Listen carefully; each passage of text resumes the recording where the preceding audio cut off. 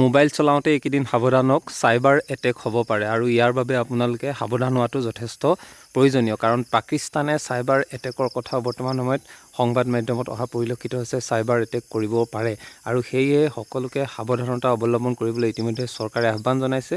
আৰু এই সাৱধানসমূহ বহুত আছে, য'ত কিছুমান এপ্লিকেশ্যন মোবাইলত আহিব পাৰে যিবোৰ আপোনালোকে ক্লিক কৰিব নালাগে বা আননোন নাম্বাৰৰ পৰা আপোনালোকলৈ ফোন আহিব পাৰে, সেই ফোন নাম্বাৰো আপোনালোকে ৰিচিভ নকৰিব। ঠিক সেইদৰে কিছুমান ৱেবছাইটৰ লিংক আহিব বা ফটো আহিব, পটকৈ আপোনালোকে এইবোৰ ক্লিক নকৰিব, ডাউনলোড নিদিব। এইবোৰে কিন্তু আপোনাৰ মোবাইল হেক কৰিব পাৰে বা যিটো চাইবাৰ এটেক, সেই চাইবাৰ এটেকো আপোনাক যথেষ্ট ক্ষতি কৰিব পাৰে। আপোনাৰ যিমান প্ৰাইভেচি আছিলে সকলো লৈ যাব পাৰে।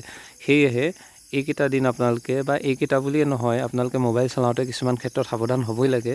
যি ধৰণৰ চাইবাৰ ক্ৰাইমো হৈ আছে, তাৰ সমান্তৰালভাৱে বৰ্তমান সময়ত যিহেতু এতিয়া যুদ্ধংদেশী পৰিৱেশ হৈ আছে, সকলোফালে যিহেতু ভাৰতে ভালদৰে পাকিস্তানক প্ৰত্যাক্ৰমণ কৰিছে আৰু যোগ্য প্ৰত্যুত্তৰ দিছে, আৰু প্ৰত্যুত্তৰৰ ফলত ইতিবলৈ থৰকাচুটি হেৰুৱাইছে পাকিস্তানৰ। কিন্তু তাৰ সমান্তৰালভাৱে পাকিস্তানেও চাইবাৰ এটেক কৰাৰ সম্ভাৱনা আছে বুলিও আমি সংবাদ মাধ্যমত শুনিবলৈ পাইছোঁ। সেয়ে এই ক্ষেত্ৰত কিন্তু আপোনালোকে বিশেষ সাৱধানতা এইবোৰ ল'ব লাগিব, য'ত মোবাইল ব্যৱহাৰ কৰোঁতে সাৱধান হ'ব লাগিব।